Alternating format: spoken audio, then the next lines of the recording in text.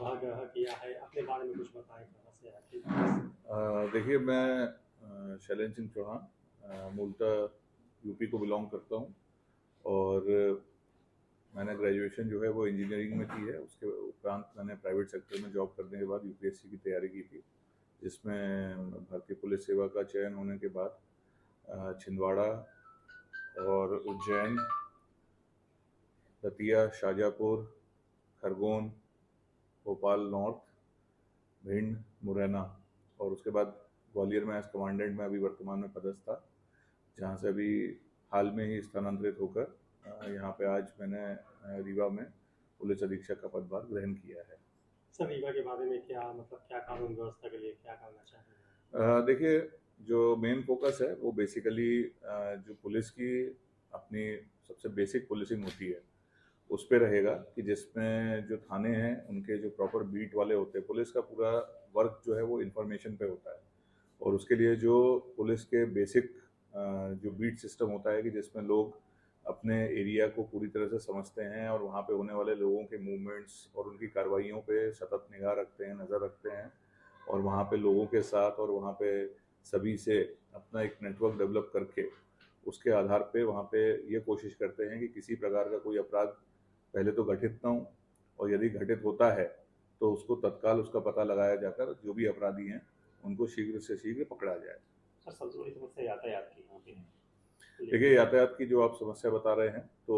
अभी जैसे मैंने यहाँ पदभार ग्रहण किया है, एक बार पूरा यहाँ का जो रूट्स हैं, मेन रोड्स हैं, उसके अलावा जो उनकी कंट्रीब्यूटिंग रोड्स हैं जहाँ से ट्रैफिक्स आते हैं, छोटी गलियाँ हैं या बड़े रोड्स हैं, तो एक बार पूरा उसका ट्रैफिक का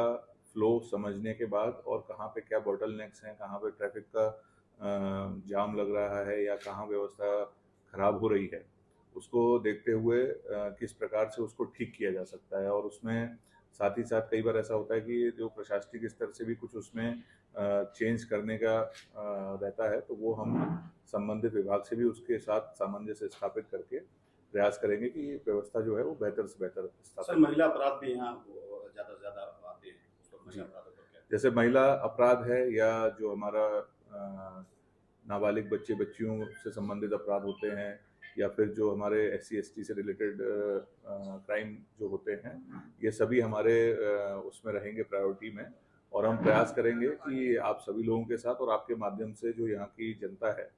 उनको भी हम लोग अपने साथ इसमें इन्वॉल्व करना चाहेंगे, क्योंकि बहुत से अपराध ऐसे हैं कि जो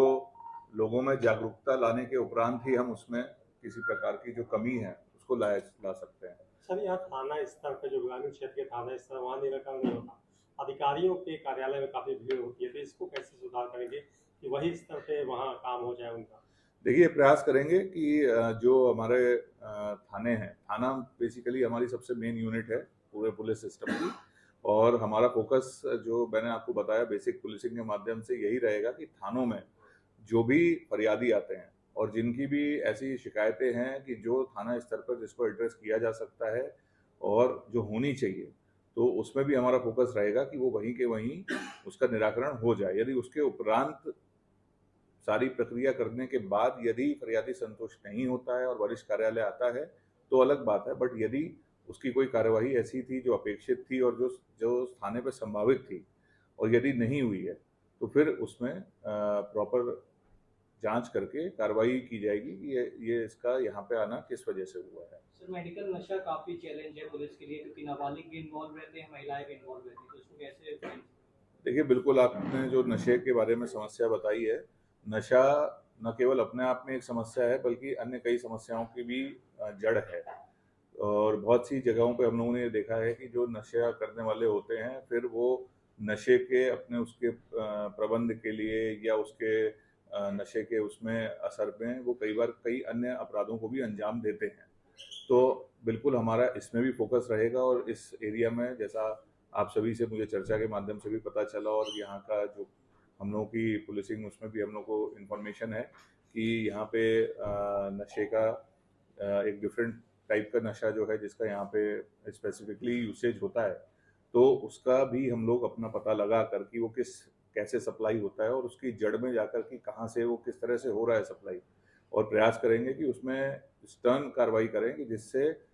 कोशिश तो यही रहेगी कि वो पूरी तरह यहाँ से समाप्त हो जाए। बाकी अब हम प्रयास करके देखेंगे कि कितना हम उस पर सफल होते हैं। सर फरियादियों द्वारा 181 में ज्यादा शिकायतें होती है, उसका कैसे समाधान होगा? देखिए, समस्याएं चाहे वो 181 में लगें, चाहे वो हमारे पास आए या वो किसी वरिष्ठ कार्यालय जाए, हम सभी समस्याओं को गंभीरता से लेंगे। अकेले ऐसा नहीं है कि सिर्फ 181 को लेंगे, सभी समस्याओं को लेंगे। और कई बार ऐसा होता है, आपने भी देखा होगा कि वही समस्या जो है वो अलग अलग जगह हमें दिखती है। मेरे पास भी आती है एज एसपी, और फिर हमारे वरिष्ठ अधिकारियों के पास भी जाती है, वही फरियादी 181 पे भी लगाता है। तो हमारा प्रयास यही रहेगा कि हम हर शिकायत को गंभीरता से, निश्चित रूप से 181 हमारी प्रायोरिटी में रहेगा, बट ये रहेगा कि जितना जल्दी हम जिस समस्या को एड्रेस करें और कोशिश करें कि वो पहले ही स्तर पर निराकरित हो जाए, जिससे फरियादी को 181 में ना लगाना पड़े।